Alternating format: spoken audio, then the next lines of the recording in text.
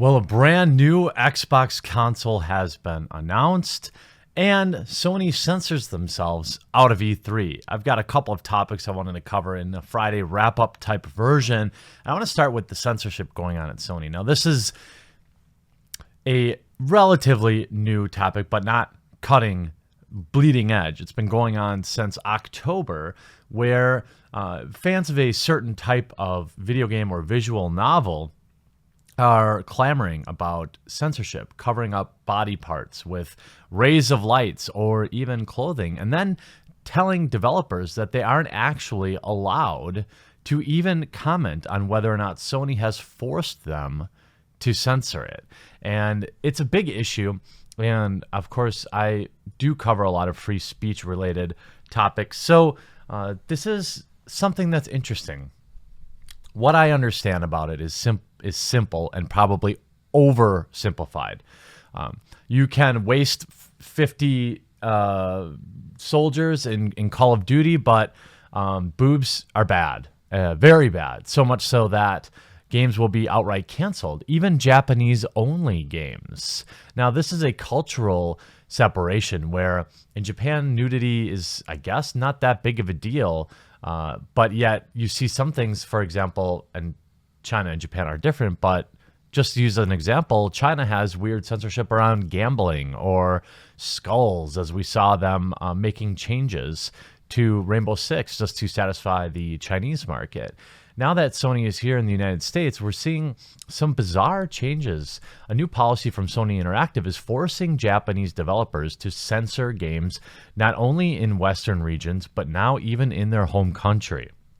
Japanese developer Light recently held a live broadcast where they confirmed Sony's new and aggressive policy against sexual themes in seemingly only Japanese-made games is actually preventing them from releasing their latest visual novel. Note the following lines are translations of the source, which is a transcript of the live broadcast.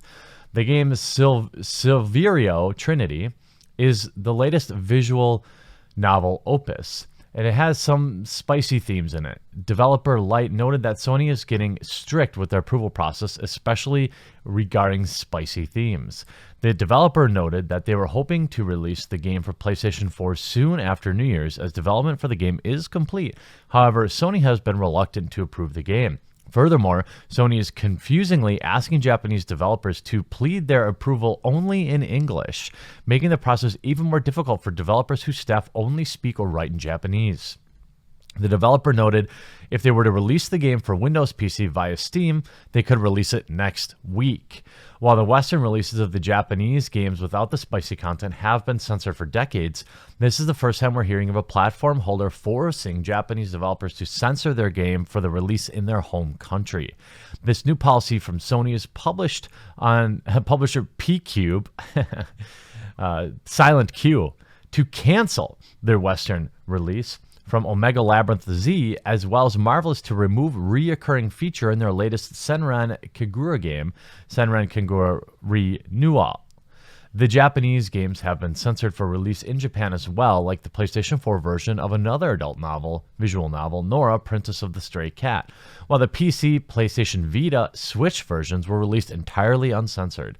The PlayStation 4 version has a giant white censor streaks over the anime's girls' naughty bits. Western-made games with gratuitous, spicy themes like Red Dead Redemption or Sony's various David Cage games seemingly remain outside this new policy. How do you feel about Sony's new aggressive policy against Japanese games with spicy anime girls? Sound off in the comments below. Well, I would have to say that while I understand certain standards around nudity in video games, to me, as an adult, it's difficult for you to convince me that an animated, cat girl is more detrimental than playing Call of Duty or Red Dead Redemption or Rainbow Six, especially in an era where, there's plenty of websites to see these types of things however often you want. So what's the difference? Also, what if they're using the web browser on the PlayStation 4 to look at these things? Is that a problem? Are you going to block certain websites using in the PlayStation web browser? Are you going to block certain features in American games. I just don't understand the issue, especially when there's age restrictions on purchasing said games. Sure, you wanna go down the rabbit hole of lolly, okay. But it doesn't appear that that's what this is about. This seems to be just about pure censorship, especially for Japanese games made for the Japanese market. I mean, all this is going to do, this is censorship, modern day censorship is so dumb in that it thinks simply by banning something that the demand for that said thing is going to go away. All you're going to do is strengthen the PC master race, or bizarrely enough, sell a bunch of Switches. I can't believe that PlayStation 4 would be in this position where Nintendo isn't. Nintendo don't care about anime titties. And I feel for that community. It's not a gigantic one, but it's several 100,000 people who are into this type of thing. And, the way I'm describing it makes it sound more seedy than it really is. Who cares? I don't understand. This is, where you're drawing the line here, and the fact that you're having developers have to cancel their entire releases over this. You're just going to get these developers forcing, they're going to have to release on Steam, which I guess the silver lining is hopefully most of these games will still come out. But the idea that PlayStation is going to stop the demand for them in any way, shape, or form simply by banning them or forcing censorship is absurd. People like these games for the way the games are, for the features of the game. If you're going to put light beams or you're going to put clothes on people who aren't wearing clothes, guess what? They're not going to buy the game. So you're going to shut certain companies, development companies, down.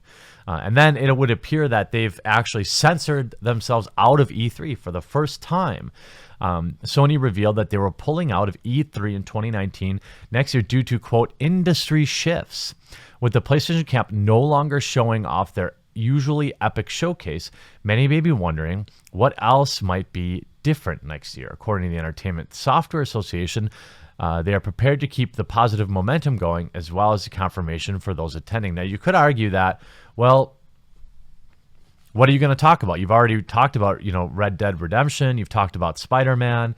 You're 2 years away from PlayStation 5. And what people are generally talking about is saying that they're just going to stay focused on the PS5. But among the leading video games companies already committed to participating in E3 are Microsoft, Xbox, Nintendo, Activision, Bethesda, Capcom, Epic, Konami, Square Enix, Take-Two Interactive, interesting, Ubisoft, and Warner Brothers Interactive. With record-breaking numbers last year, the team hopes to keep that excellent excitement up despite the most recent revelation. Missing out on a big Sony announcement, you can catch up coverage here.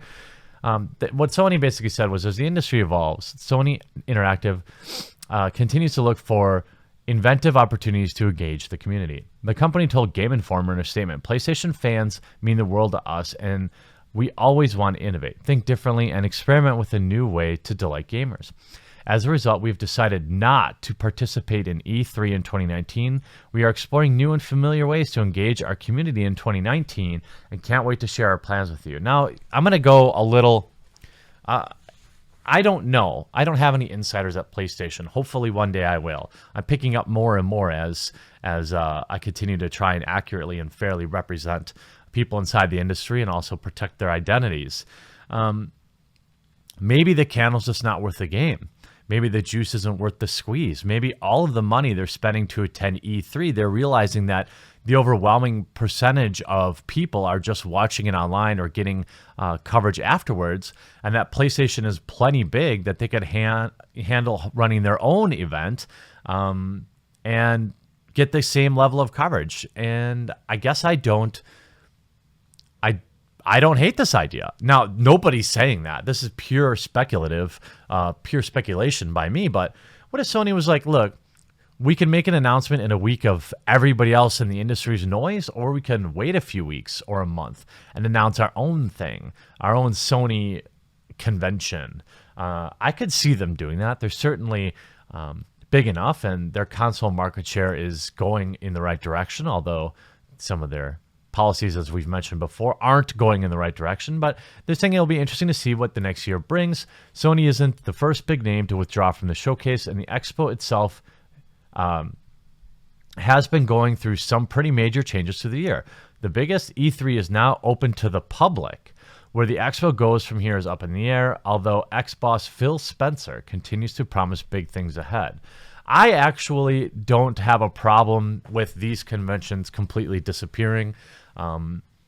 Most people, 99% of the people who are interested in the news, will never have an option to attend it. Even myself, who would love to go to cover things on the ground, it's hard for me to even justify the spend because I can just watch it online. I could stream it. Why go to BlizzCon when I could, unfortunately, but pay $50 and watch it live instead of paying $1,000 for a plane ticket, another $1,000 for a hotel to walk around shoulder to shoulder with smelly, sweaty other people?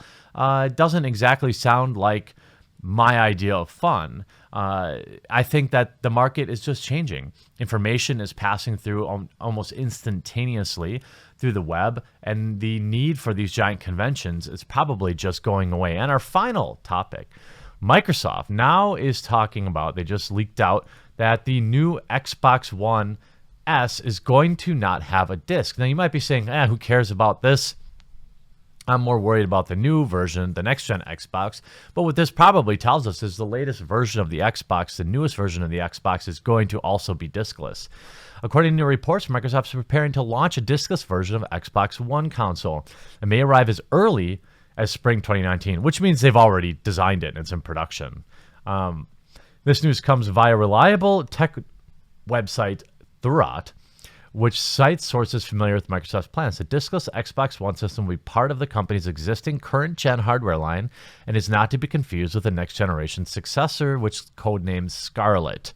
While Microsoft's next-gen Xbox is expected to launch in 2020, the diskless Xbox One will reportedly launch next spring, with the intention of offering a variant of the current console that can be sold at a price substantially lower than it is now.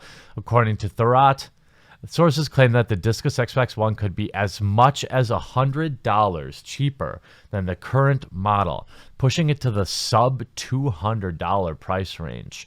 For those potential buyers with existing physical Xbox media, Microsoft is said to be considering a disc-to-digital program, which will enable purchasers to trade their physical games in return for digital download at participating retailers. Now that sounds like a nice program. The question is that really, it seems like we're getting a lot of this price jockeying on the console.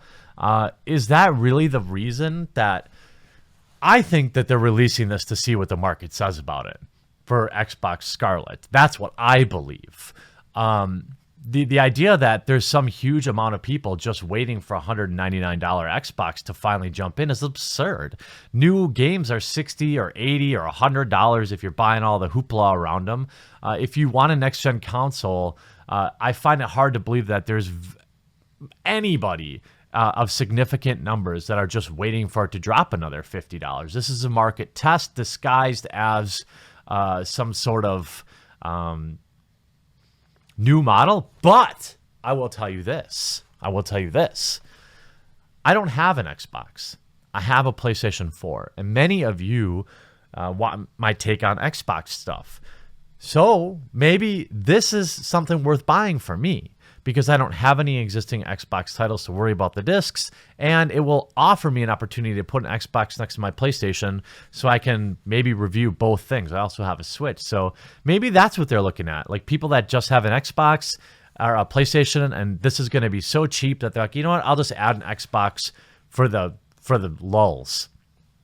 What do you think? Do you think I'm right or wrong about the Xbox Scarlet being diskless and this being a test, or do you think that there are just other plans why they are pushing out the diskless version to get people ready? I'm interested. Hear what your comments say in the comment section down below. We'll talk to you again real soon.